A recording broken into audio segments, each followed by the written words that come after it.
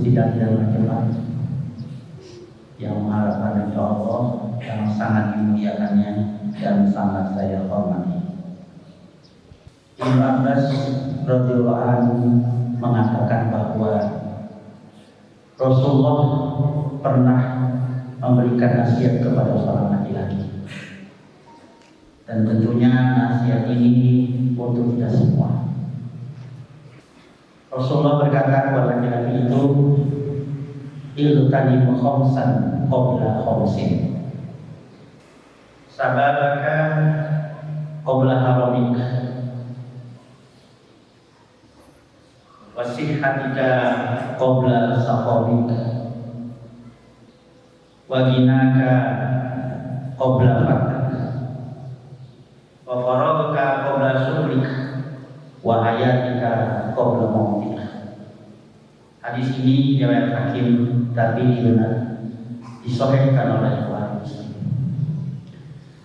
Artinya yang pertama, gunakanlah waktu muda sebelum datang tuamu. Kita semua pernah muda, tapi tidak semua pemuda melaksanakan hari mudanya. Saya mendoakan mudah-mudahan pemuda-pemuda Hidayatul di seluruh Indonesia, khususnya kampus ini, dapat memanfaatkan waktu muda Anda semaksimal mungkin. Kenapa? Karena tenaga Anda masih kuat, pikiran Anda masih jernih dan cerdas, waktu Anda masih banyak, kesibukan Anda tidak terlalu banyak. Karena kalau pemuda Anda tidak Anda maksimalkan sebaik-baiknya, nanti kalian akan menyesal di waktu tua. Kita lihat dari Zaid bin Sabit, umur 20 tahun sudah diangkat menjadi sekretaris Rasulullah SAW. Usama bin Zaid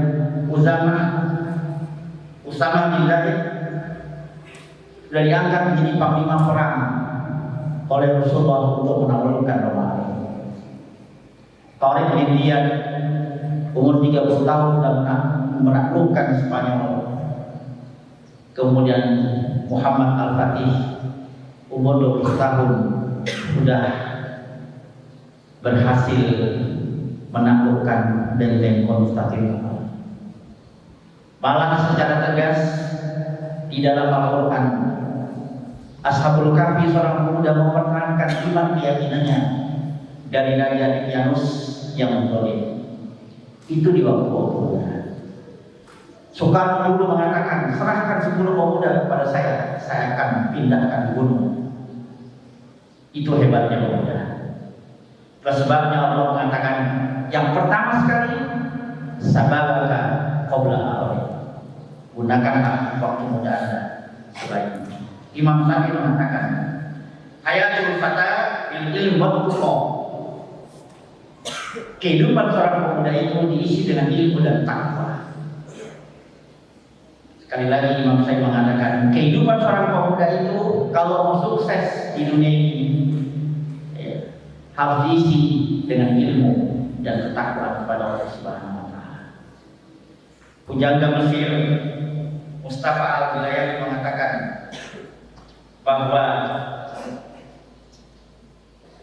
kehidupan dibangun oleh pemuda, kemudian umat dikaki kehidupan para pemuda. Oleh karena itu, sekali lagi nasihat ini khusus untuk pemuda. Adapun kita tua-tua, mudah-mudahan kita tidak menyesali waktu muda kita. Sebabnya almarhum mendirikan pesantren di waktu muda. Tahun 71 beliau sudah tiba di Balikpapan, umurnya baru 26 tahun. Lahirlah Hidayatullah tahun 2003 dan disediakan Hidayatullah di tahun 2006 karena muda. Dan waktu itu kami juga kesulitan. Oleh karena itu sudah saatnya generasi tua untuk regenerasi kepada generasi muda. Dan siapkan fisik Anda, siapkan mental Anda, siapkan pikiran Anda, siapkan waktu Anda untuk meraih sebanyak-banyaknya, mengisi dada Anda dengan iman dan takwa, memadati otak Anda dengan ilmu pengetahuan yang berguna, dan menghiasi pribadi Anda dengan akhlak yang mulia.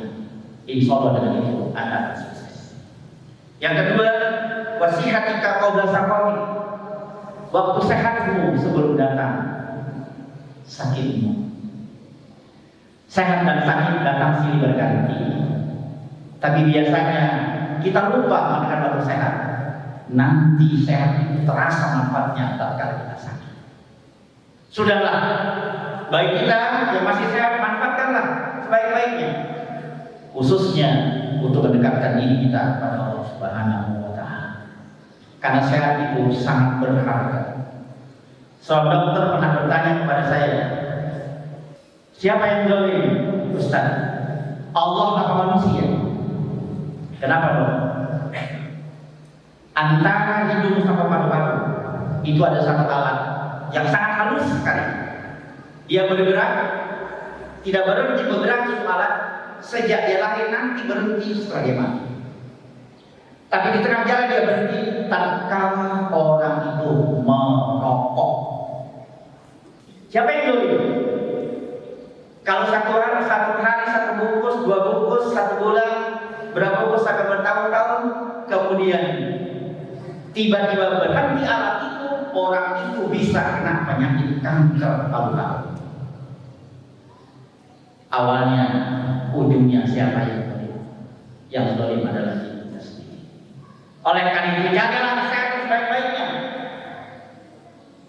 Baik kesehatan fisik, kesehatan batin, kesehatan jasmania, atau kesehatan lainnya. Kesehatan jasmania kita sudah dapat ilmunya, 4 sehat 5 sempurna. Kalau kita punya, biasakan asupan makan nasi, lauk, sayur, buah, susu. Tapi kalau jasmani kita sempurna, mantapkanlah syahadat Anda asyhadu la ilaha illallah. Usukkanlah sholat Anda dengan sholat yang khusyuk. Setiap tahun Anda berzakat, tapi setiap hari Anda bisa berinfak. Kemudian puasa setiap tahun 1 bulan, tapi biasakanlah puasa sebulan 3 hari, atau seminggu 2 kali, atau puasa dalam sehari, puasa. Kemudian doa kepada Allah, mudah-mudahan suatu saat Anda bisa pergi haji. 5 kesehatan jasmani sudah dibuat oleh Allah, 5 kesehatan rohani sudah dibuat oleh Allah. Tinggal kita melaksanakan yang sebaik-baiknya. Kemudian tambah dengan doa kalau kita mau barokah. 4 sehat, 5 sempurna. Jasmani kita dengan doa. Allahumma barik lana. 4 sehat, 5 sempurna. Rohani kita dengan doa. Rabbi adkhilni mudkhala sidqin wa akhrijni mukhraja sidqin waj'alni sultan waj'alni min sultanan nasir. Semoga kesehatan ini dapat kita pelihara. Yang sudah sakit, takdir Allah untuknya untuk kita syukuri, jangan kita keluhkan, tapi kita nikmati. Mudah-mudahan di balik sakit itu ada hikmah yang terbesar, dan dia selalu sabri. Salah satu hikmahnya, karena hikmah sakit itu ada 24. Salah satu di antaranya membuat kita sadar kita ini lemah. Kita ini tidak punya kekuatan apa-apa. Sehebat apapun manusia, kalau datang sakitnya, habis uangnya, habis hartanya, habis segalanya, belum tentu bisa sembuh. Tapi kalau kita sehat, kita bisa berbuat apa saja. Semoga Allah SWT memimpin kita untuk selalu memelihara kesehatan. Yang ketiga, waginaka qabla faqrik. Waktu kamu kaya sebelum datang miskin. Tidak semua orang diberikan kekayaan. Kekayaan hanya diberikan kepada orang yang terberikan Allah. Wahai orang-orang kaya, jika Anda kaya, gunakanlah sebaik-baiknya harta.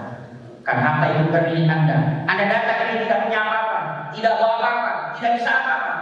Kalau sekarang kita punya harta, punya uang, punya pangkat, punya kedudukan, punya istri, punya kebun, punya sawah, punya ladang, punya segala-galanya, itu semua titipan Allah Subhanahu wa Ta'ala yang akan kita gunakan sesuai dengan petunjuknya, supaya harta itu tatkala kita bisa menjawabnya. Subhanahu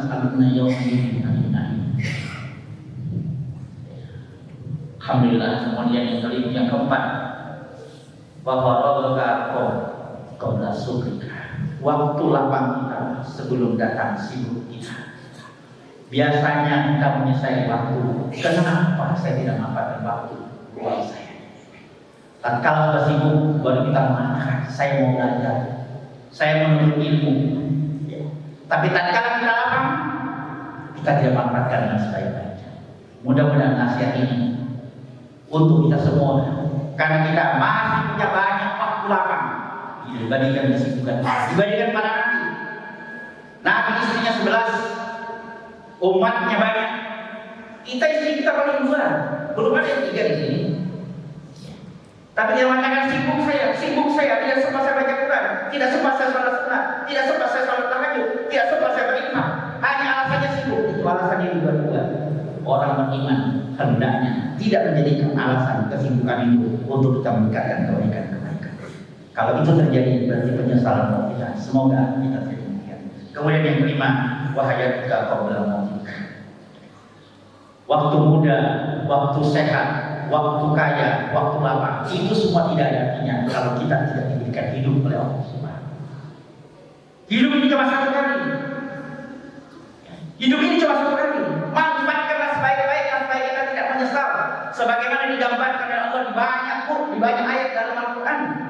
Seperti yang dibaca setiap malam, walau tara idil mujrimuna nasibu ru'usihim inda rabbihim, Rabbana absarna wa sami'na farji'na na'mal salihan inna muqinun. Kalau kamu sekiranya melihat orang-orang yang memanfaatkan waktunya untuk hal-hal yang maksiat, yang dosa, besok menjemputkan kepalanya di hadapan Tuhan yang berkata, Rabbana absarna wa sami'na, ya Allah, ya Tuhan kami, saya sudah melihat apa yang dikatakan Ustaz dulu, dikatakan Kiai dulu, yang dikatakan guru saya dulu, bahwa neraka itu ada, surga itu neraka. Wa sami'na, dan saya juga mendengar orang-orang yang mau siksa neraka dengan rintihan yang menyakitkan. Aku juga dengarkan bagaimana gelak tawa, riang gembira yang memberikan nikmat kepada orang-orang surga. Oleh karena itu Allah farji'na, kembalikan aku dalam dunia ini, na'mal sholihan inna muqinun, supaya aku berbuat amal baik dan sekarang sudah yakin.